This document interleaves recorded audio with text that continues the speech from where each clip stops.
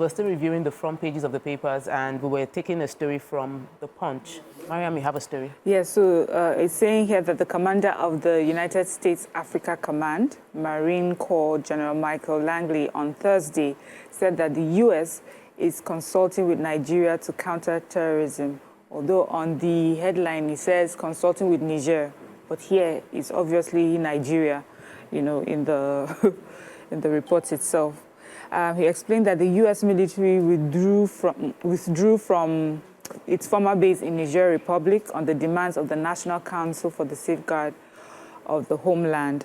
But, you know, they have been making collaborative efforts to counter terrorism in West Africa, and Nigeria has, you know, invited them for this. But they also emphasize that the U.S. intervention is based on invitations from African countries. So they're not coming in without your invitation. If you think you need them, they'll come.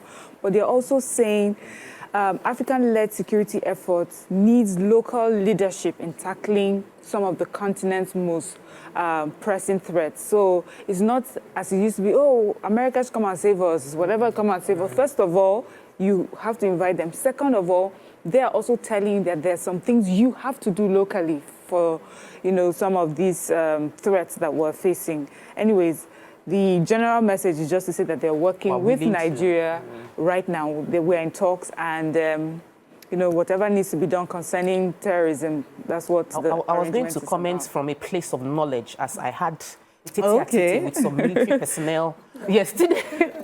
But a tete-a-tete with military personnel yesterday about the fact that the military would not want to harm citizenry because they know they need the citizenry. Without the cooperation of the citizenry, anything they want to do would fail, because you need that intelligence from them, and if they don't trust you, they won't give you intelligence, and you cannot fight the war without intelligence. You have a story too, I'm sure. The recapitalization, as we all see, that they're saying that it's affecting the SMEs a lot. So they said the ongoing recapitalization by bank is squeezing out manufacturers and other small businesses as they endeavor to raise fresh funds. They say as the country's banking sector undergoes a sweeping recapitalization process, small and medium-sized enterprises are feeling the pinch. The Central Bank of Nigeria's directive for banks to shore up their capital base has led to tightened lending conditions, raising concerns over financial inclusion and access to credit for the country's vital SME sector. They said for SMEs, which accounts for over 48% of Nigeria's gross domestic product, according to the World Bank, the recapitalization process has introduced new challenges because the interest rate is very, very high, is above 30%. They said the current credit squeeze could stifle their growth, particularly in undeserved regions where financial services are already limited. So for SMEs, the hope is that once the dust settles, a stronger banking sector will emerge, better positioned to support their growth. Let's hope that they reduce this interest. It's basically the interest rate is too high. And then the banks are struggling to be able to get that $500 billion base. And all that is affecting the small businesses. I have to take this story. The Ilesha as a town has been thrown into mourning. Ilesha is a town in Osun State, and they lost their king, the Owa Obokun of Ijesha. No. Of Ijesha land, Oba Gabriel Aromolaron. Condolences have come in from the presidents, the governors, all of them talking about his role. He had a 42-year reign. Yes, 42-year reign. He died at 86 years old. That's a good one. Yes, he did live long. I knew of him, heard of him in songs. He was well praised. But what the leader spoke about was very important, that he took his throne above partisan politics that took place over. For you to reign for 42 years, you've met many politicians. He said he didn't get involved with partisan politics. He provided, according to the ex-president, this is from the our president right now, that he didn't play partisan politics. He was open to all political tendencies, and he supported the presidency at any point in time and different presidents. But the ex-president mentioned he gave wise counsel. He had aspiring leadership, and he was consistently dependable to when you needed any form of support concerning that region, and it will be deeply missed. I'm sure all the people... Correct. It's our Oboku. I know it very well. I've been to Ilesha, and I really heard about the man. So he's a well-respected and loved man, and our heart goes out to the family and the entire people of Ilesha. Moving on to Daily Sun, flooding is still being talked about. Death toll rises to 259 in 172 local governments. So this is beyond the Maiduguri state. NEMA, military, others identify rescue operations as dozen remain trapped in Maiduguri. Then the Algon, which is the local government, commiserates with victims and urges action. Petrol, for petrol marketers, they've petitioned President Tinubu over Dangote's refinery diesel price drop. And both MISAP, NIWA assures 72 naval personnel to implement Waterways Code in Lagos. Nigeria signs partnership agreement with UK, gets 589 billion naira in support. 100 billion naira deal, Governor Umba flags off revitalization of Enugu Palm Company. That is an interesting story. Sad story, explosion kills couple in Ebonyi State. Ramfac chair Shehu in trouble over $2.4 billion payment.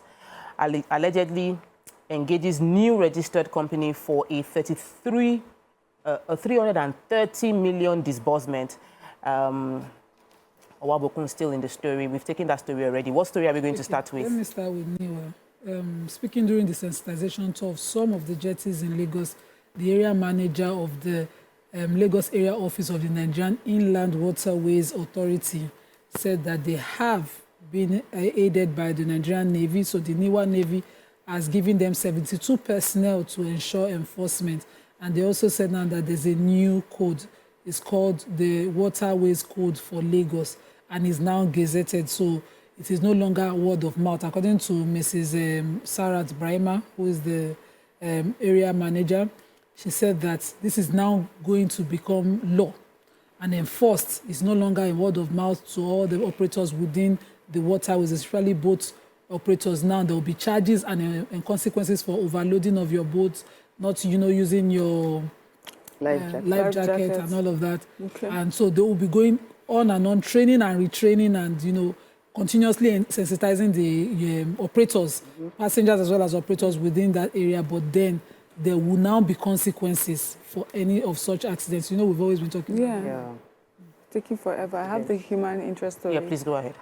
So an explosion has killed a couple in Ebonyi State, and this is such a sad story. So this couple had moved. They said they're called George and Chioma Buchi, and they live in Abakaliki, or lived in Abakaliki, and had just moved into their new house.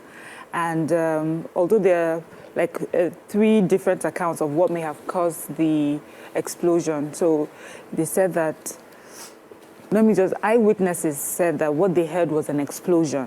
Some people were saying a gas cylinder, some people thought it was inverter battery, and something else. But some of the neighbors said that for them, they think it's much more than that. Some are speculating that it may have been a bomb of some sort that was planted in that compound.